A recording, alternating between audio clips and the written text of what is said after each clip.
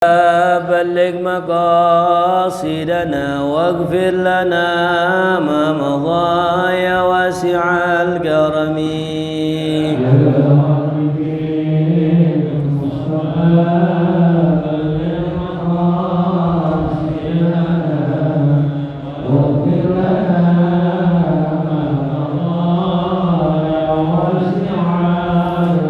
يا أكرم الخلق ما لمن ألوذ به سواك عند حلول للحديث الآمم.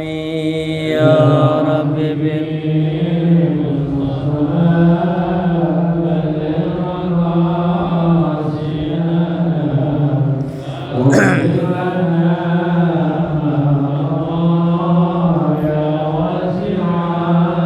يا نفس لا تقنتي من ذلة عظمت إن الكبائر في الغفران كالأمم.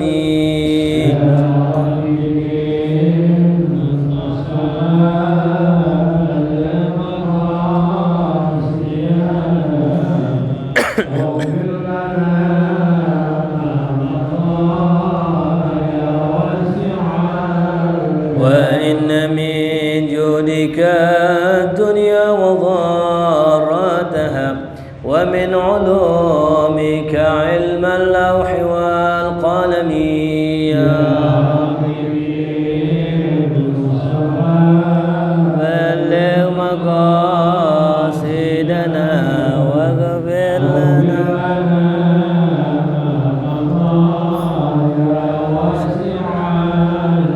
اللهم صل وسلم وبارك عليه وعلى آله. الفاتحة بنية الفتوح المنه والرسوخ التوبة النسوح صلاح الجسد والروح إلى حضرة النبي مصطفى رسول الله صلى الله عليه وسلم. سر الفاتحة.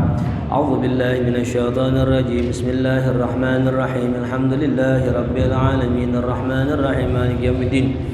إياك نعبد وإياك نستعين اهدنا الصراط المستقيم صراط الذين أنعمت عليهم غير المغضوب عليهم ولا الضالين. ثم الفاتحة إلى شيخنا مؤلف الكتاب الإمام ابن حجر العسقلاني وثم إلى شارحه الحبيب علوي بن المالكي وثم إلى شيخنا الحبيب علي بن عبد الرحمن الحبسي وثم الحبيب محمد بن علي الحبسي وثم الحبيب عبد الرحمن محمد بن علي الحبسي وثم إلى الحبيب عبد الرحمن عبد الله الحبشي وثم إلى الحبيب أحمد بن الحداد ثم إلى الحبيب حسين الأربعة وثم إلى الحسن وثم إلى شيخنا المعلمين في هذا المكان وثم إلى الواقفين والمؤمنين والمؤمنات والمؤمنين والمسلمات أن الله يغفر يتغشاهم بالرحمة والمغفرة وينفعنا بأسرارهم وأنوارهم وعلومهم ونفحاتهم في الدين والدنيا والآخرة. سر الفاتحة.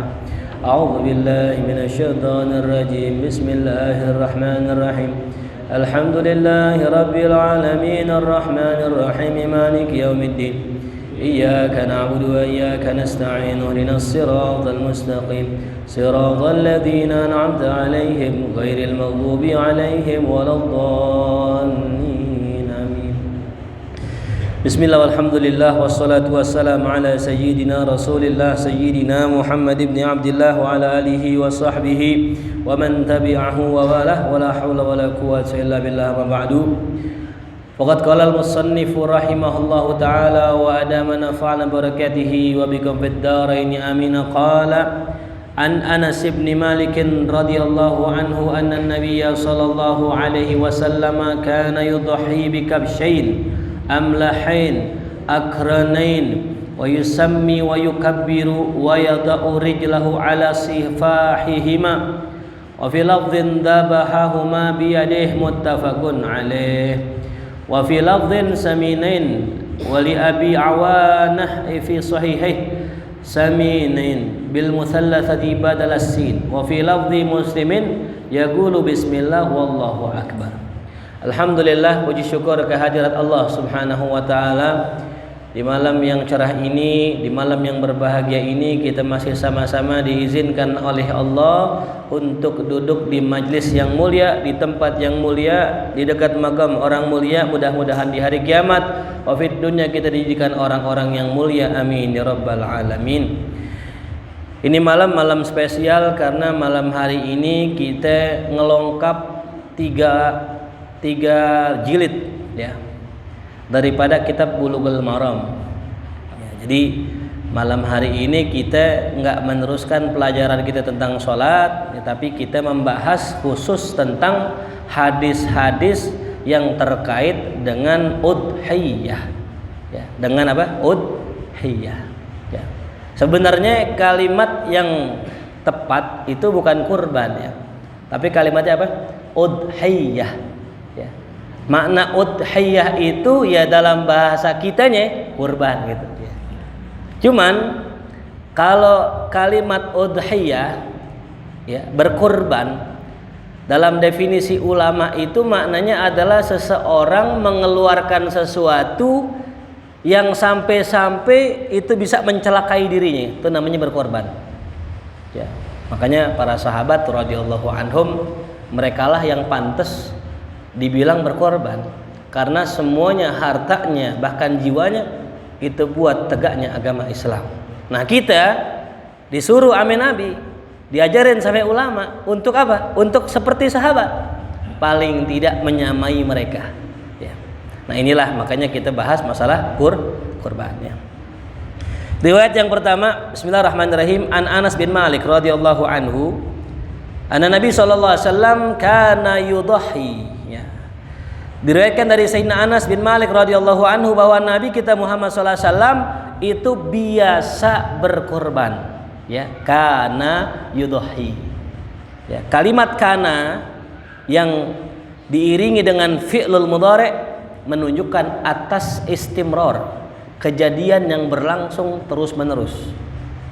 Jadinya hadis ini merupakan hadis tentang kebiasaan Rasulullah SAW, di mana Rasulullah tiap tahunnya pasti melaksanakan kurban.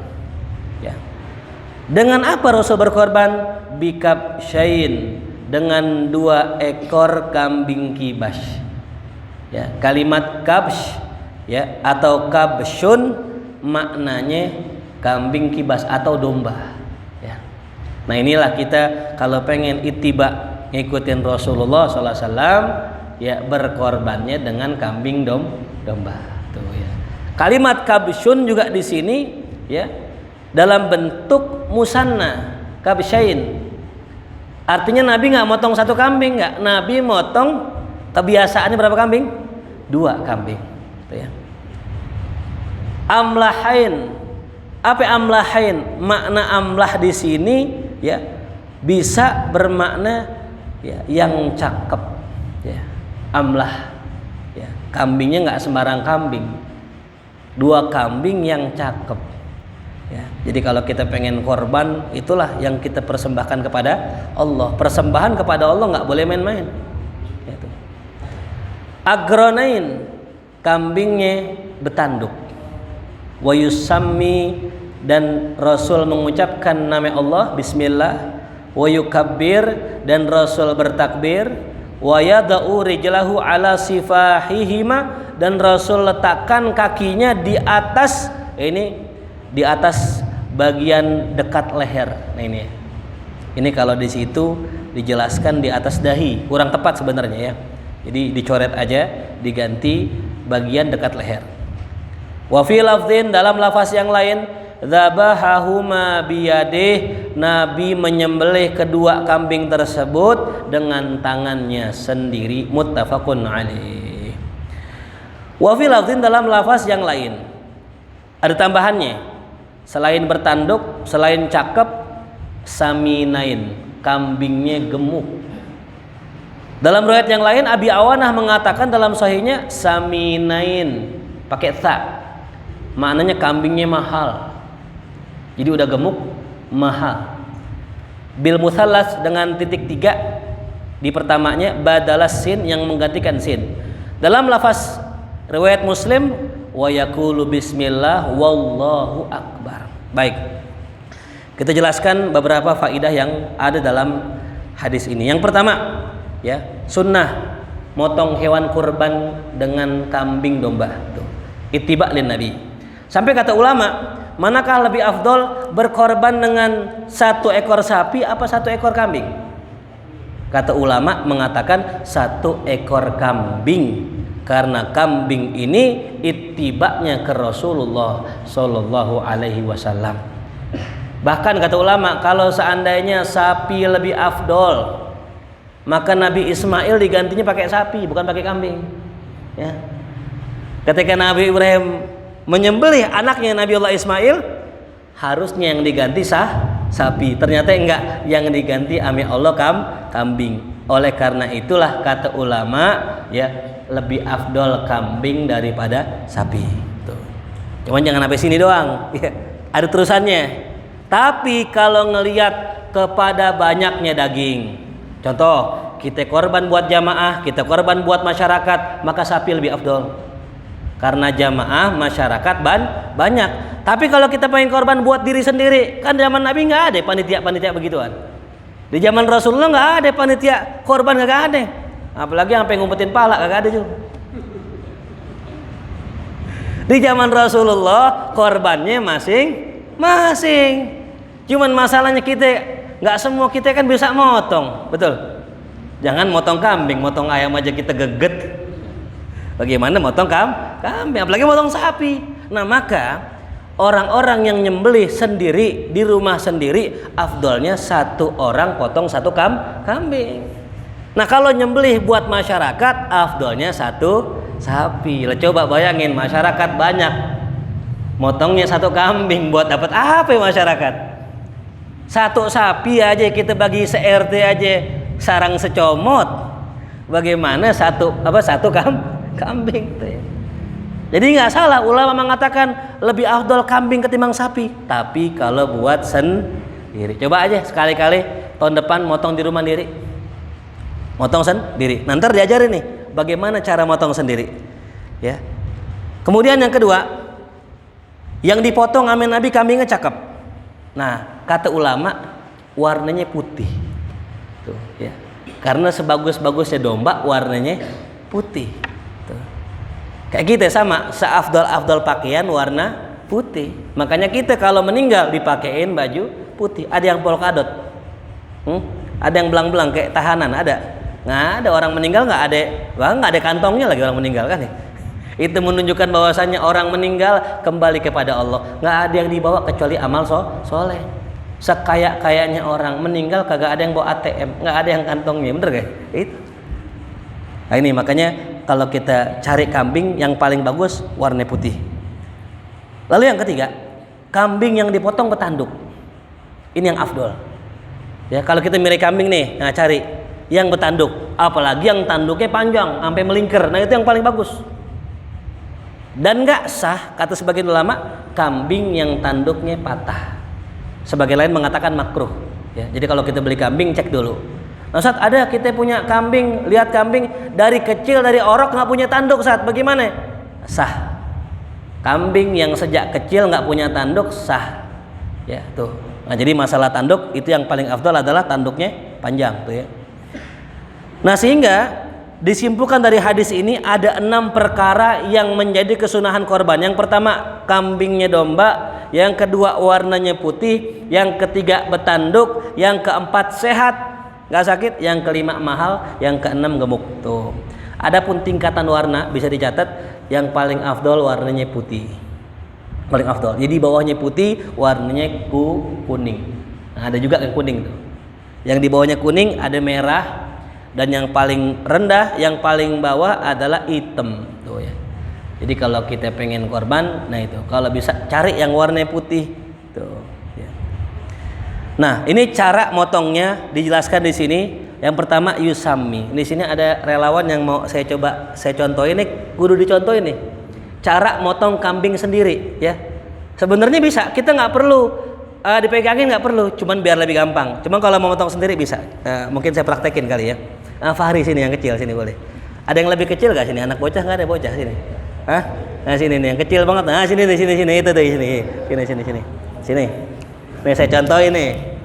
Cara motong kambing sendiri sebagaimana Rasulullah SAW. Ayo maju sini, maju. Sini. Nggak mau, ini sini Fahri sini. Nih, saya contohin ya. Jadi gini, yang pertama disunnahkan rebaan. palanya sono. Nah, enggak, palanya ke sono. Kaki ke sono, kaki ke sono. Nah, ini ke sini. Nah, ya. Ngadep sono. Kayak tidur. Nah, ya ngadep sono. Nah, ini kambing nih, istri kambing nih. saya gambarnya kambing itu rebahan. Nah, nih ya. Ini anggaplah nih kambing udah rebahan ya.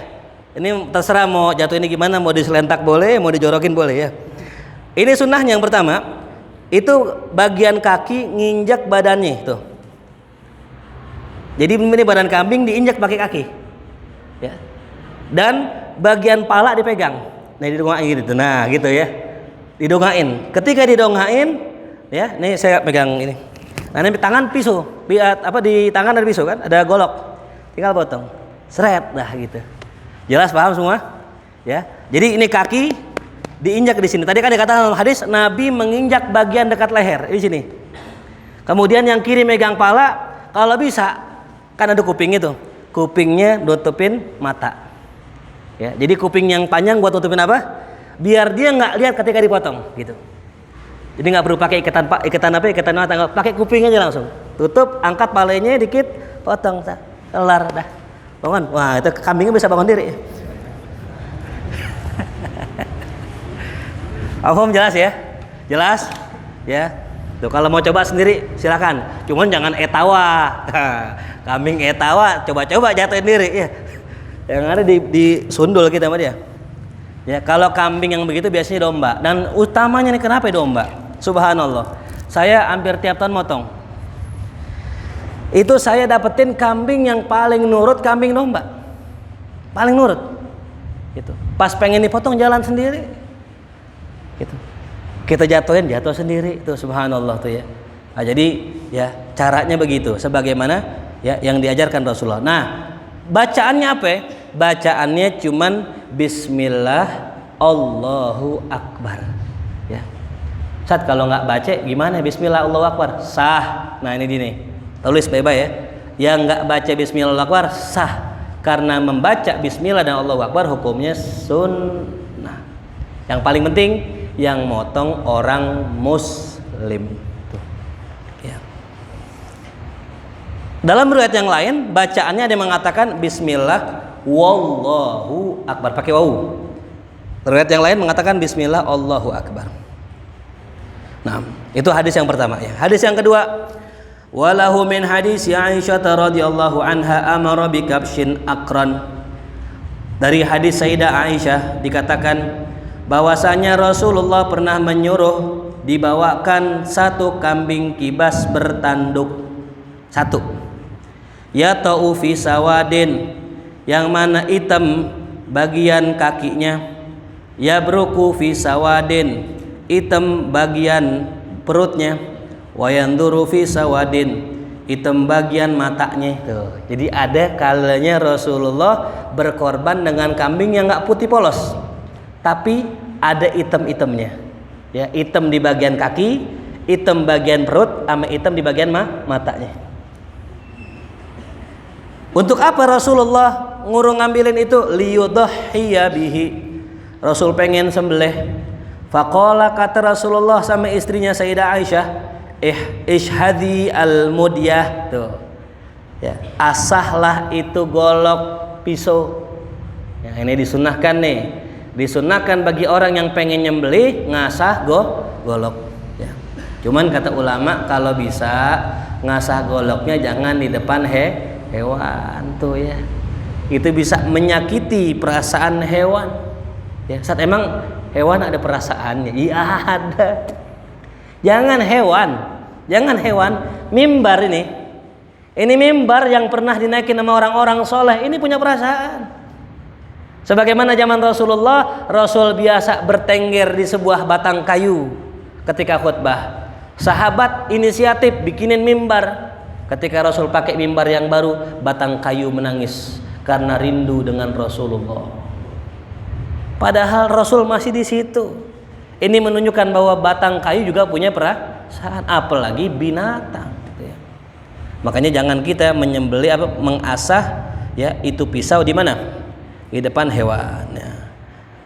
Kalimatnya al-mudyah ini ada kalimat penting saya jelaskan. Kalimat mudyah ini maknanya as-sikin al-kabir, pisau yang ukurannya besar.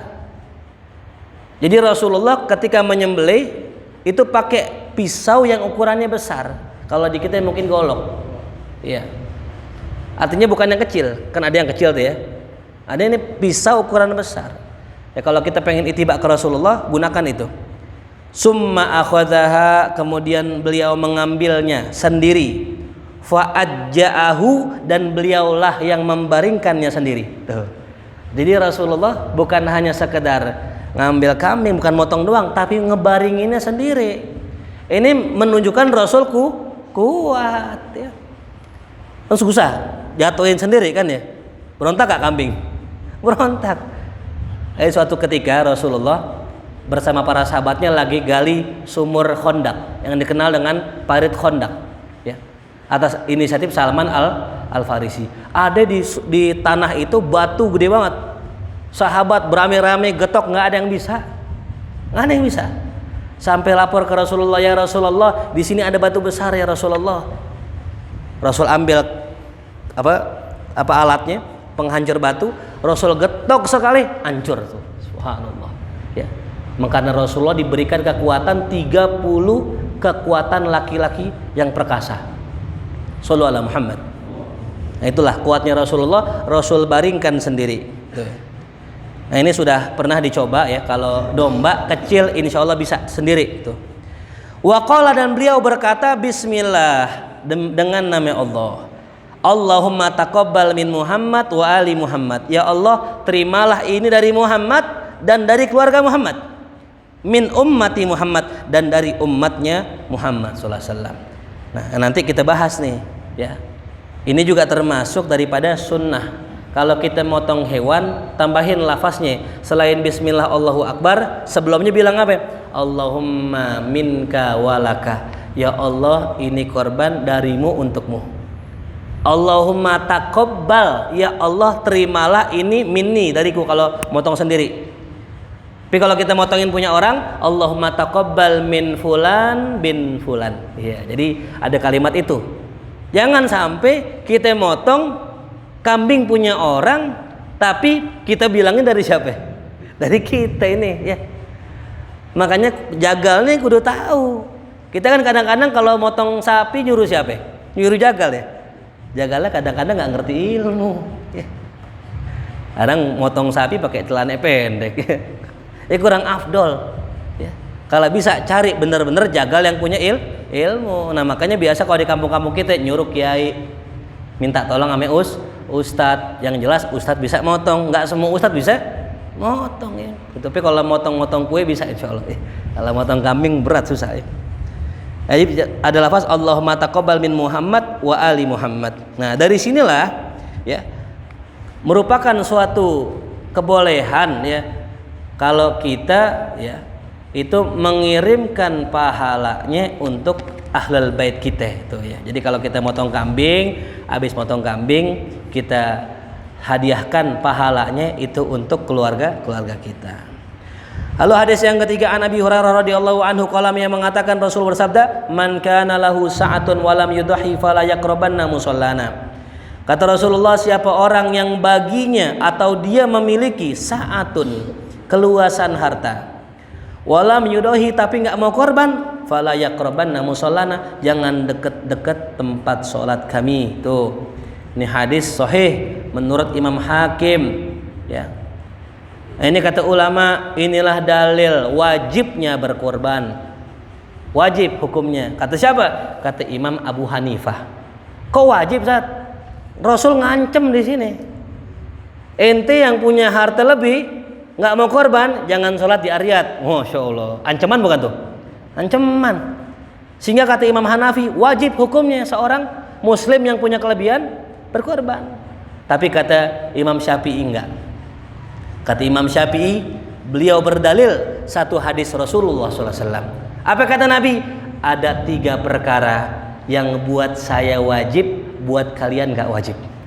Apa itu?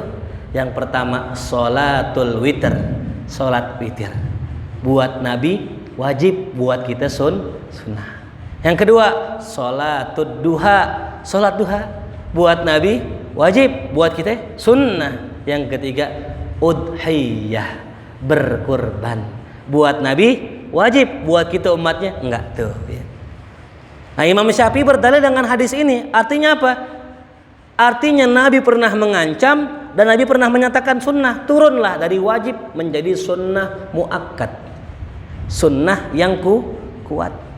Sama hukumnya dengan siwak. Korban sunnah muakkad, siwak sunnah muakkad. Artinya ini sunnah yang benar-benar ditegaskan sama Nabi. Kenapa? Karena maslahat korban ini bukan hanya mencakup buat diri sendiri. Kalau kita pakai siwak nih, buat diri kita sendiri, untungnya buat orang nggak ada. Tapi kalau kita berkorban, ini ibadah yang untungnya bisa menyeluruh kepada kaum muslimin. Nah, kata ulama usul dalam kitabnya mengatakan ibadah muta'addi afdal min ibadatil lazim. Ibadah yang sifatnya sosial lebih afdal daripada ibadah yang sifatnya pribadi. Tuh. Makanya yang afdal kalau kita berkorban, ya, itu pentingkan kemaslahatan orang tadi, ya. Tuh. Nah, jadi menurut Imam Syafi'i hukumnya sunnah karena ada hadis lain yang menyatakan itu hanya sunnah, bukan wajib.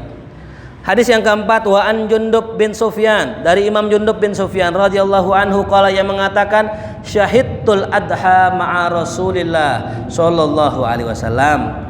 Ini kata sahabat Nabi namanya Jundub bin Sufyan, suatu hari aku pernah ya mengalami hari raya Adha bersama Rasulullah.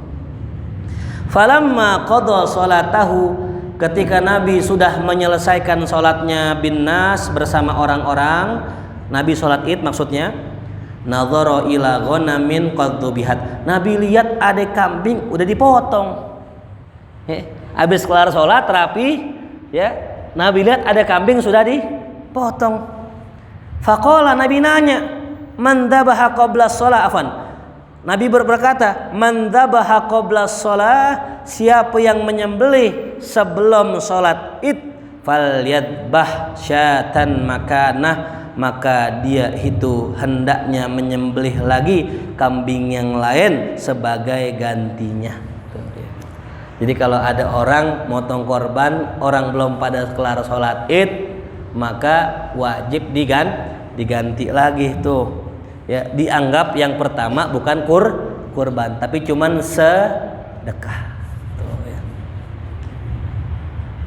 Waman layakun, siapa orang yang belum zabaha menyembelih, falyadbah alasmillah, maka hendaknya ia ya menyembelih atas nama Allah. Tuh, ya. Ini ada mesti yang diperhatikan buat kita. Yang pertama, kalau kita pengen berkurban nih, sebagaimana yang sudah masyhur di kalangan alim ulama kita, ya, ketika kita membeli seekor kambing jangan ngomong ini buat kurban, ya, karena itu menjadi nazar. Nazar terbagi dua, tulis nazar hukmi, nazar hakiki, ya. Apa yang nazar hakiki? Kalau kita bilang nih besok aneh nazar, kalau anak aneh lahir aneh mau puasa, itu namanya nazar hakiki. Apa yang nazar hukmi? Kalimat nazarnya nggak diucapin, ya. Pokoknya gua kalau lulus ntar gua traktir lo dah semua. Nah itu bisa jadi nazar apa? Hukmi. Nah, orang yang mengatakan ini adalah kambing korban saya termasuk nazar hukmi. Nggak ada lafaz nazarnya, tapi dianggap nazar.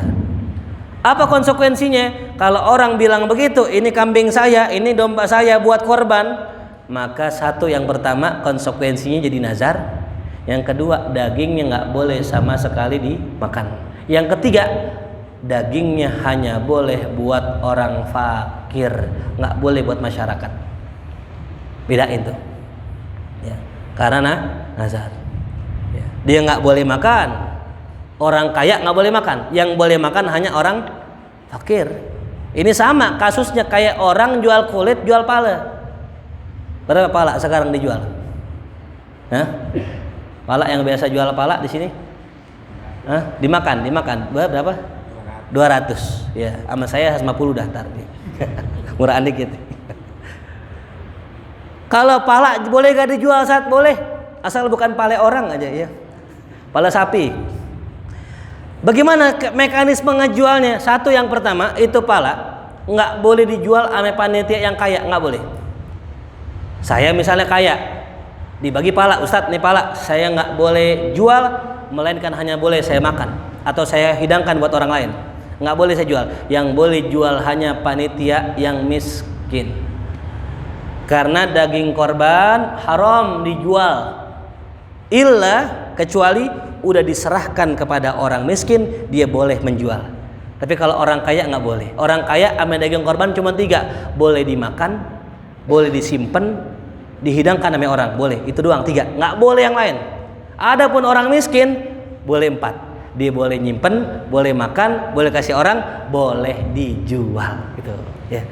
Makanya kalau kita mau jual pala jadi miskin baru boleh gitu ya. Kalau mau jual pala silakan, cuman jadi apa dulu? Jadi miskin dulu. Sama kulit juga sama. Saat kulit saya boleh gak jual? Kata panitia, boleh. Cuman ntar bagiin duitnya buat yang miskin doang. Panitia kaya nggak boleh. Ya. Ini penting nih.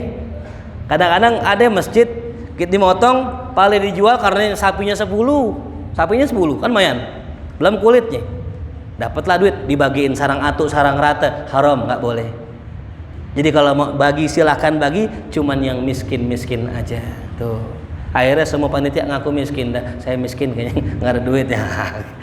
Terserah. Kalau dia ngaku miskin, kasih. Itu doa buat dirinya. Nauzubillah min dzalik. Siapa orang yang mengambil jatah orang miskin, seakan-akan mendoakan dirinya jadi miskin. Itu. Lalu yang kedua, berkorban itu hukumnya sunnah muakkad kifayah. Sunnah muakkad kifayah. Sama kayak azan. Azan nih yang kita kerjakan itu kifayah, sunnah kifayah. Satu orang sudah mengerjakan, yang lain udah nggak perlu. Ya. Sama ke contoh misal kita di rumah nih, ya. Kita di rumah ada 5 orang. Yang atu udah korban, yang lain cukup udah. Mau korban lagi boleh, sunnah. Tapi kalau satu sudah korban, maka sudah mencukupi akan kesunahan tersebut. Kenapa tadi Nabi larang satu keluarga jangan sampai ada yang nggak korban. Satu keluarga kaya, nggak ada yang korban barang atu, jangan deketin tempat sholat kami. Tapi kalau di antara 5 orang tadi, dalam satu keluarga yang kaya tadi sudah ada satu orang yang korban, maka gugur yang lain, boleh sholat di tempat kami. Begitu bahasanya. Ya. Cuman kata ulama begini, ada tafsir. Saat kalau keluarga saya udah pindah-pindah bagaimana? Anak saya ada yang di Tangerang, ada yang di Bekasi, ada yang di Jakarta Timur. Nah, maka kata ulama ini pun masih dianggap keluarga. Ya, jadi kita punya 5 keluarga nih. Di kakak misalnya masih ada nih misalnya, belum pada kawin, ibu udah pada kerja. Maka satu udah korban, udah cukup gitu. Meskipun beda rumah tuh ya. Nah, jadi begitu. Nah, ada orang bilang gini nih, Ustaz, kalau satu kambing itu buat satu keluarga boleh nggak? Nah, ini dia. Ini sering banget nih. Mungkin para jamaah juga pengen nanya masalah ini kan. Saya jawab dah ya. Satu kambing itu hanya boleh 1 orang. Nama. 1 orang nama. Jadi kalau kita ngasih kambing nih Pak panitia nih, saya punya kambing atas nama siapa? Atas nama saya misalnya gitu. Udah 1 doang. Ya. Kan ada tuh yang di YouTube ya, tuh, yang mengatakan 1 kambing buat 1 keluarga. Ini bukan mazhab kita dan juga bukan mazhab jumhur ulama. Itu. Bukan mazhab kita dan bukan mazhab jumhur ulama. Makanya kalau kita pengen nama banyak silahkan, nanti kirim pahalanya aja. Contoh, 1 kambing atas nama Ahmad Al-Farisi yang pahalanya dikhususkan untuk semua keluarga besarnya, boleh. Tuh. Ya. Dalilnya siapa? Rasulullah. Ya. Ini pahalanya buat siapa? Buat umat Rasulullah. Berapa umat Rasulullah? Banyak. Tuh ya. Jadi kalau kambing 1 hanya untuk 1 orang. Tuh ya. Nah, sekarang pertanyaan gini, Ustaz, kalau seandainya 1 kambing ini saya buat yang almarhum boleh nggak? Nah, ini dia. Orang yang motong kambing untuk kurban tidak boleh atas nama almarhum. Ya. Contoh, kita punya orang tuh ada meninggal, tulis namanya kambing A atas nama almarhum Bapak Fulan, nggak boleh, nggak sah, karena orang meninggal sudah nggak ada lagi amalnya. Kecuali orang tua kita wasiat, nah nanti kalau abah meninggal tiap tahun korbanin ya, nah wasiat nih boleh dan sampai. Kalau nggak ada wasiat maka nggak perlu kita korbankan, cukup atas nama kita orang yang hidup yang nanti pahalanya kita kirim ke almarhum baru boleh ya. Jadi yang nggak boleh atas nama almarhum tuh, pahala boleh. Ini kesalahpahaman orang nih, kita mau korbanin orang tua kita silakan, tapi atas nama kita, atas nama kita pahalanya untuk orang tua, itu boleh. Jelas ya.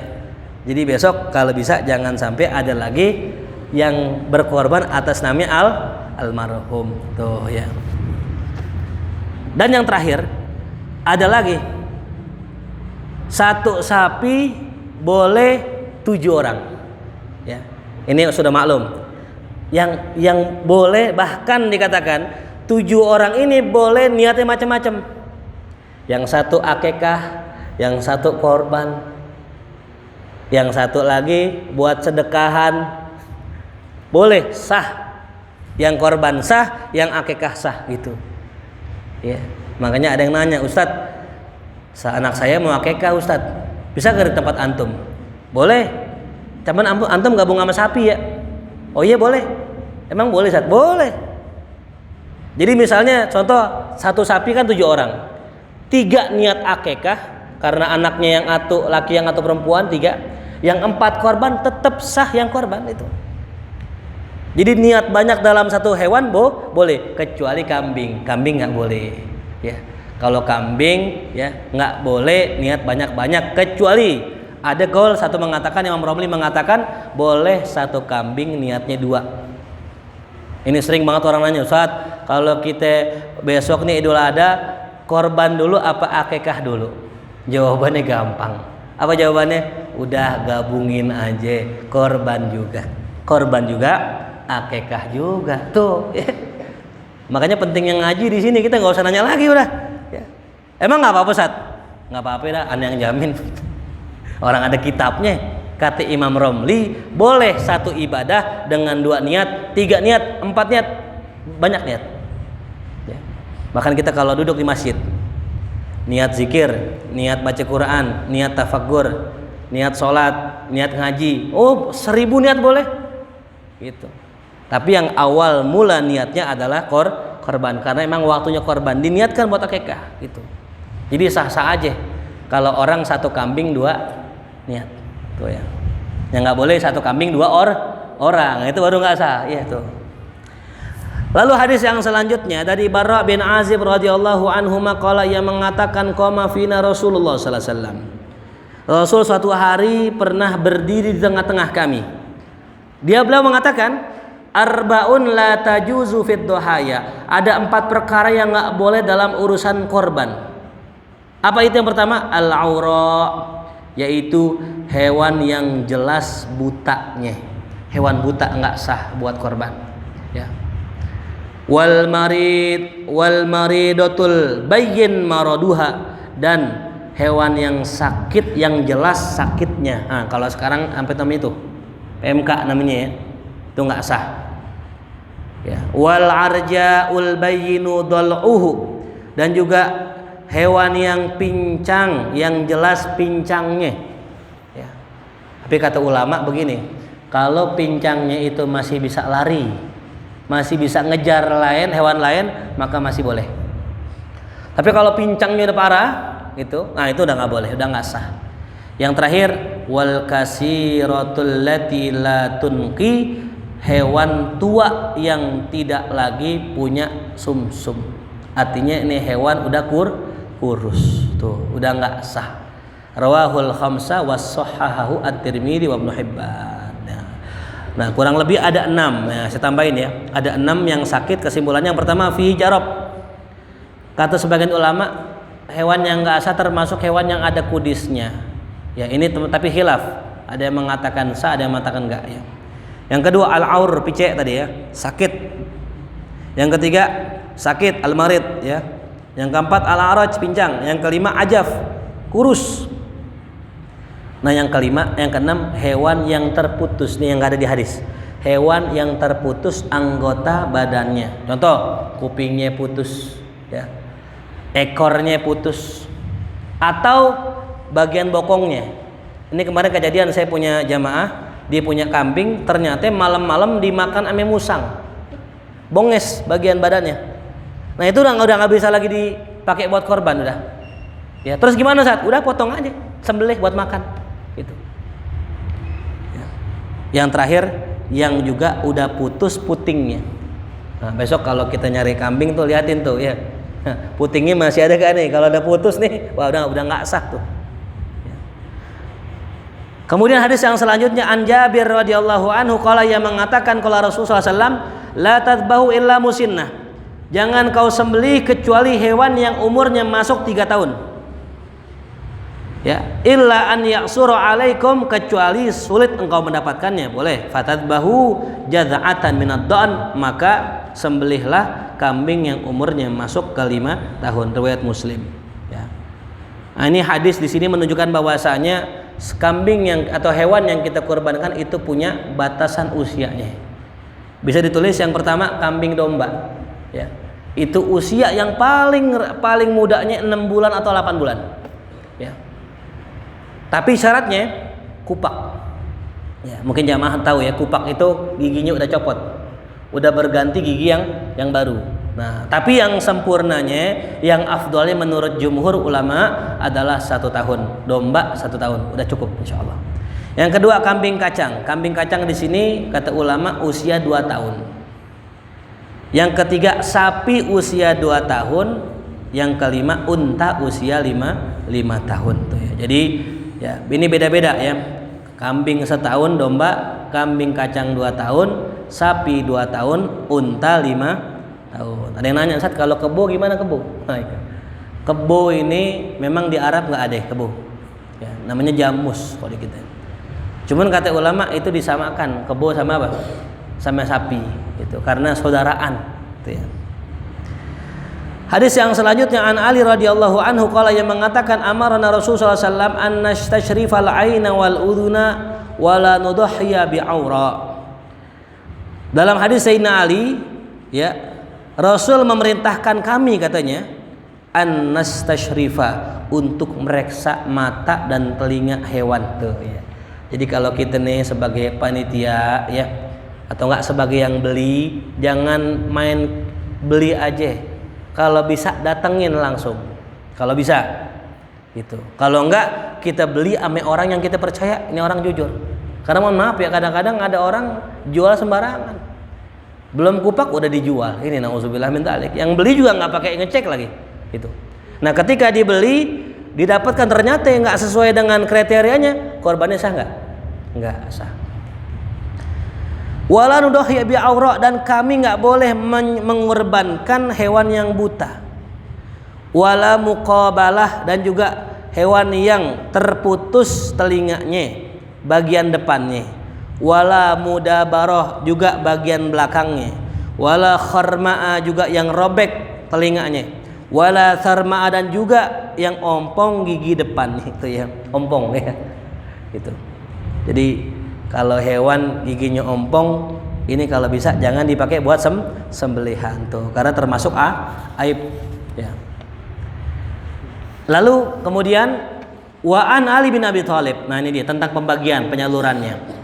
Amaroni Nabi sallallahu alaihi wasallam, Nabi nyuruh aku katanya, an aqwama ala budnihi wa an uqassima luhumaha wa jurudaha wa jilalaha alal masakin. Ini dia yang tadi saya bilang nih ya. Kata Rasulullah, aku disuruh ngurusin itu bagian hewan korban. Aku bagi-bagikan dagingnya, kulitnya ya, dan pakaiannya hanya untuk orang miskin tuh ya. Wala u'tiya fi jizaratiha minha syai'an, dan aku nggak boleh memberikan sesuatu apapun dari kurban kepada penyembelihnya. Muttafaqun alaih. Nah, ini hadis ya, nanti ada penjelasannya. Makanya kalau kita baca sepotong-potong hadis nih, hadis nggak boleh nih kalau kita ngasih Daging korban ame yang nyembelih, ame yang ngorban gitu. Ini kalau baca hadis ini doang. Dalam hadis yang lain disebutkan bahwasanya hewan korban itu ada 3 bagian. Tulis yang pertama, bagian yang pertama untuk pengorban, sepertiga yang kedua untuk orang miskin, sepertiga yang ketiga untuk siapa aja. Ini di hadis yang lain, ya. Jadi kadang ada orang nanya, Ustadz boleh nggak kita kalau ngorban minta paha? Ya boleh, karena hak kita sepertiga, tuh. Sepertiga buat kita si pengorban, sepertiga buat orang miskin nih yang kudu nih, ya. Jangan sampai ada orang motong kambing udah buat dirinya sendiri, ya itu nggak jadi korban. Dia motong di rumah, dimotong diri, dimasak sendiri, disate sendiri, nggak boleh. Ya. Jadi harus ada orang miskin. Tuh. Ya. Dan yang ketiga untuk siapa aja. Nah disinilah jatahnya orang-orang kaya, ya. Jatahnya orang-orang yang punya. Dia nggak apa-apa, boleh makan daging kambing, daging korban, karena ada sepertiga jatahnya orang kaya. Tuh. Ya. Nah, cuman memang yang paling afdol, nih kata ulama, yang paling afdolnya menyedekahkan seluruh hewan kurban untuk orang miskin. Dia nggak ngambil sama sekali itu. Ya. Ada orang nyumbang kambing kecil banget, minta paha 2 lagi. Insya Allah. Ya kayak paha 2 ya, sama torpedo lagi 2 pasang tuh. Insya Allah. Ini kurang sunnah. Yang sunnah kalau bisa semuanya buat orang fakir tuh ya. Dan hadis yang terakhir, wa an Jabir bin Abdullah radhiyallahu anhuma yang mengatakan naharna ma'an Nabi. Suatu hari kami pernah menyembelih bersama Nabi amal Hudaybiyah pada tahun perjanjian Hudaybiyah. Apa yang disembelih? Al badana an sab'ah, ontak buat 7 orang, wal baqara an sab'ah. Ini dalilnya. Ada yang pernah nanya gini, Ustaz, itu dalilnya dari mana tuh? Orang sapi buat 7 orang. Dalilnya hadis. Dalilnya hadis Rasul ini. Ya. Jadi orang yang mempertanyakan satu sapi buat 7 orang, nah ini ada hadisnya ini. Riwayat siapa tadi? Jabir bin Abdullah. Ini Jabir bin Abdullah, saya kisah sedikit ya sebelum kita tutup. Suatu hari Jabir bin Abdullah pengen ngejamu Rasulullah karena dilihat Rasul 3 hari nggak makan. Sahabat ngeluh sama Rasul, ya Rasulullah, alju ya Rasul, lapar ya Rasulullah. Sahabat buka perutnya, ada 2 batu. Rasul bilang, ya sahabat, nih lihat 3 batu. Dia baru 2 hari nggak makan, Rasul udah 3 hari nggak makan. Subhanallah. Jabir lihat, ya Allah kasihan banget Rasulullah 3 hari nggak makan. Ya Rasulullah, mau nggak makan di rumah saya? Gitu. Oh ya boleh. Jabir nyiapinnya cuman buat Rasul doang. Subhanallah Jabir, Rasulullah manggil semua sahabat. Semua sahabat, kita diundang makan sama Jabir. Subhanallah. Yang paling Jabir. Waduh, gimana nih? Orang makanan cuman buat Rasulullah, Rasul ngundang semua sahabat tuh. Akhirnya datanglah sahabat. Jabir nanya sama bininya, yang kamu bikin apa aja? Ini buat 1 pengki, buat 1 panci buat Rasulullah. Ya Allah, Rasul ngundang semua sahabat makan di rumah kita. Waduh, bagaimana itu? Rasul subhanallah, Rasul ambil pancinya. Rasul bilang sama Jabir, ya Jabir, biar aneh yang sendokin, ente jangan lihat isinya. Disendokin sama Rasulullah. Semua itu ribuan sahabat makan. Subhanallah. Syaratnya jangan lihat pancinya. Besok kalau nyendokin nasi kebuli, nasi uduk, jangan pakai diliatin. Ya, insya Allah cukup. Kalau kita liatin nih, tinggal dikit nih itu. Rasulullah semana tuh, ya, yakin modalnya ya, yakin tuh. Habib Umar bin Hud Al-Atos bikin maulid besar, nampan habis sudah, nasi udah habis. Bentar, aneh ambil di lemari, buka lemari, diambil lemari. Syaratnya jangan diapain? Jangan diliatin tuh. Rokok juga sama, kita ngambil rokok nih, ya, rokok. Oh, rokok tuh gitu. Jangan pakai dikocok gini. Pas dikocok kosong, ya bener kosong gitu. Ya, kalau kita lihat wah rokok tuh, pas kita buka ada, bisa jadi tadinya nggak ada tuh gitu ya. Ke rumah orang yang ngerokok gitu. Husnudzon gitu ya. Jadi kisahnya begitu ya. Jabir bin Abdullah radhiyallahu mengatakan bahwasanya 1 sapi boleh buat 7 orang. Wallahu alam bishawab. Ini saya baca cepat sengaja biar ada sisi tanya jawab ya. Karena ini masalah yang penting, besok kita akan melaksanakan pemotongan hewan kurban. Baik, kepada para jamaah yang mau bertanya dipersilahkan. Waktu kurban terakhir kan nanti itu Yaumut Tasyrik. Yaumut Tasyrik itu batasannya apakah setelah asar di hari tasyrik terakhir itu masih boleh? Apakah waktu asar sudah nggak boleh? Baik. Waktu berkorban itu adalah Idul Adha dan 3 hari tasyrik. Batas akhirnya ba'da asar qubailal maghrib, sebelum maghrib. Ya, karena perpindahan hari itu kan apa ya? Maghrib. Jadi ba'da asar masih boleh, ya. Cuman kalau yang takbirnya itu paling terakhir asar emang. Tapi kalau motongnya ba'da asar masih boleh gitu. Adapun yang motong setelah hari tasyrik maka sudah nggak jadi lagi korban, tapi jadi sedekah biasa aja. Allahu a'lam bishawab. Lagi mana ya? Apa benar kalau kita mau kurban nggak boleh potong rambut dulu? Baik. Dalam hadis diriwayatkan bahwa disunnahkan bagi orang yang pengen korban tidak motong seluruh anggota tubuhnya, baik rambut, kuku maupun kulit. Illad darurah, kecuali darurat. Main bola kita, nendang nyaruk misalnya, kukunya keluar, kita mau korban, boleh potong karena darurat. Tapi kalau nggak darurat nggak boleh. Sunnahnya gitu ya, makruh hukumnya. Ya, pokoknya sejak kapan? Sejak tanggal 1 Zulhijjah. Atau kita niat berkorban, duitnya baru muncul tanggal 5 Zulhijjah, tanggal 5 udah mulai makruh, nggak boleh motong kuku ame rambut gitu ya. Wallahu a'lam bishawab. Ada lagi? Ya.